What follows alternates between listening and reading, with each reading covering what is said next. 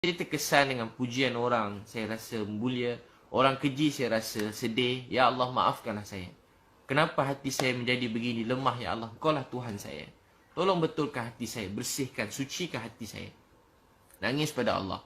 Nangis pada Allah. Malam-malam nangis pada Allah. Malam-malam nangis pada Allah. Malam nangis, ya Allah, bersihkan hati saya. Maafkan saya, Allah. Ampun dosa saya. Usaha habis-habisan. Tapi malam-malam nangis pada Allah. Usaha. Guna segala apa yang kebolehan, nikmat yang Allah beri pada kita. Kita tolong orang lain. Penting jadi berjaya. Penting jadi pemimpin. Penting jadi kaya. Penting. Tapi setelah kita kaya, jangan pandang rendah pada orang miskin. Tengok orang miskin sayang. Sebab doa dia, Allah terima saya. Selalu tengok orang miskin. Mungkin sebab doa pakcik ni, hidup saya berkat. Ni doa mak saya. Doa mak saya. Saya selalu fikir kalau saya dapat apa-apa nikmat, ni mesti doa mak saya. Ni mesti doa mak saya. Baru ni bila saya pergi hospital Serdang. Mak saya sakit kat sana. Jumpa Datuk Dr. Arif kan, yang ubat mak saya dulu. Dan seorang lagi pengarah yang hebat. Saya sampai-sampai, saya masuk, saya nangis. Saya teringat dulu saya kelang kabut nak tengok mak saya. Saya tak sempat berbual dengan mak saya saat akhir dia. Masa saya masuk hospital tu, saya nangis. Baru saya, bila masuk lagi, baru semalam kemarin, saya masuk situ, saya nangis. Sebab kat situ mak saya pergi meninggal dunia.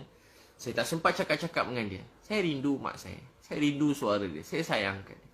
Saya percaya kalau ada apa-apa kebaikan yang saya dapat buat sekarang, ini semua doa mak saya.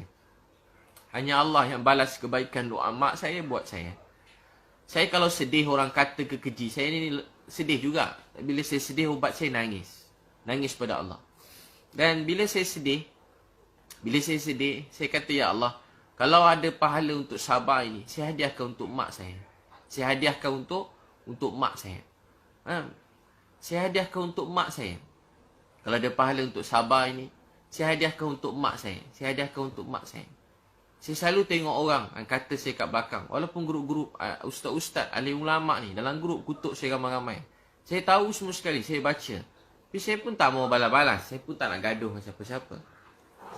Saya doa mereka dapat kebaikan hidayah. Saya patut tak cerita saya tersebut. Moga Allah maafkan saya. Jadi, bila benda-benda macam tu saya terbaca, saya tahu ulang-ulang kali orang kata saya hari update status sana sini. Saya tak kacau hidup dia. Saya tak kacau hidup dia. Saya tak pernah sentuh hidup dia. Saya tak sebut nama dia. Saya tak pernah keji dia. Saya tak pernah hina dia. Saya tak pernah minta apa-apa kat dia. Sesin pun saya tak minta kat dia. Satu apa pun dia orang tak didik saya. Yang didik saya ustaz-ustaz, cikgu-cikgu saya dulu. Mereka dah meninggal dalam kubur. Saya tengah malam dengar seorang cikgu saya dah meninggal. Saya tak kenal dia. Tengah malam, saya dengar ada orang tengah nangis kat Masjid Seri Petaling tu. Ada orang nangis. Saya pergi kat situ. Dulu, bukan yang baru ni, dulu. Saya tak pergi Masjid Seri Petaling baru ni masa Covid ni, saya tak pergi. Lama ingat saya pergi. Ustaz dah buat saringan, saya tak pergi. Biasa saya pergi, dulu. Sekali masa saya pergi, ada seorang tengah nangis doa. Tahu apa dia doa? Ya Allah, jagakanlah Ebit Liu ni. Liu Yun Pao, Linda Liu. Dia doakan keluarga saya seorang-seorang. Siapa pula doa aku tengah malam ni? Saya tengah mengantuk, hilang mengantuk. Saya tengok-tengok. Di antara salah seorang cikgu saya, yang saya dah tak jumpa lebih 10 tahun. Dia nangis untuk saya. Dia nangis untuk mak saya. Dia nangis untuk ayah saya. Dia menangis untuk keluarga saya. Tengah malam dia nangis untuk saya. Itulah ustaz alim ulama yang sebenar. Tengah malam nangis untuk umat. Nangis untuk orang jahat. Nangis untuk penzina. Nangis untuk orang tepi jalan. Nangis untuk orang jauh pada Allah. Nangis untuk orang bukan Islam. Doa, ya Allah, jangan marah mereka. Beri mereka hidayah. Ya Allah, fahamkan mereka. Ya Allah, fahamkan mereka. Beri mereka hidayah. Tengok orang jahat. Ya Allah, jangan marah mereka. Beri mereka hidayah. Ya Allah, kesian ke Ebit Liu ni. Beri dia hidayah. Bimbing, pimpin dia. Malam-malam nangis. Siang dia pegang saya. Ebit, ni ada salah sikit, Ebit. Betulkan sikit. Dia telah banyak buat baik kat saya, dia tegur saya sikit. Sikit dia tegur. Pegang gitu. Sekarang berbeza. Banyak ustaz-ustaz, alim ulama, mereka keji kita kat belakang. Cakap kat belakang. Hina kat belakang. Cakap bukan belakang, depan juga kat Facebook, kat Instagram. Bukan baru ni, dah lama dah. Banyak kali dah, setiap kali. Update. Saya banyak juga, kadang-kadang pergi mana tempat, tiba kena halau. Yang halau pun ustaz juga halau. Halau pada masjid. 2-3 tempat saya pergi, ada kena halau. Saya pergi berdakwah, free, masa free.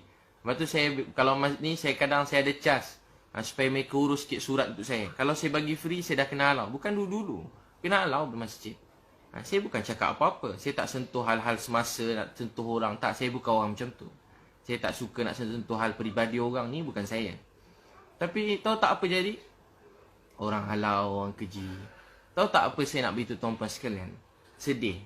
Kan? Orang sekarang patutnya, ramai alim ulama yang baik-baik, yang soleh, yang sangat saya hormati. Membuat saya semakin cinta sayang pada Islam. Tapi ada juga alim ulama yang baik-baik, yang belajar jauh-jauh. Dia jadi macam, dia penat agaknya belajar jauh-jauh. Penat belajar jauh-jauh. Lepas tu tengok tiba-tiba Cina mana pula ni agaknya. Tapi macam tu, keji kat belakang, cakap bukan-bukan. Saya macam, pada dulu lagi. Saya tak kacau hidup dia, tak sentuh hidup dia. Saya tak susahkan dia pun. Saya tak minta sesuap nasib pun kat dia. Saya pun tak ada kacau hidup dia, tak pernah keji dalam ceramah saya tentang dia. Saya cuma berkongsi kebaikan. Ni kan dunia Instagram, Facebook. Saya memang saja banyakkan baik-baik. Sebab anak-anak saya pun ada Facebook, Instagram. Saya nak dia tengok benda baik-baik. Saya nak banjirkan benda baik-baik dalam Facebook, Instagram ni. Saya nak anak-anak saya tengok. Kalau tak, anak-anak kita sayang orang Korea. Tak salah sayang orang Korea. Dulu kita mak-mak sayang orang Hindustan. Tak salah tengok Hindustan, sikit tak salah. Tahu tak apa yang salah? Salah bila tak ada orang tengok Hindustan. Sekarang anak Korea. Sekarang terikut setengah-setengah. Bukan semua sikit-sikit terikut-ikut.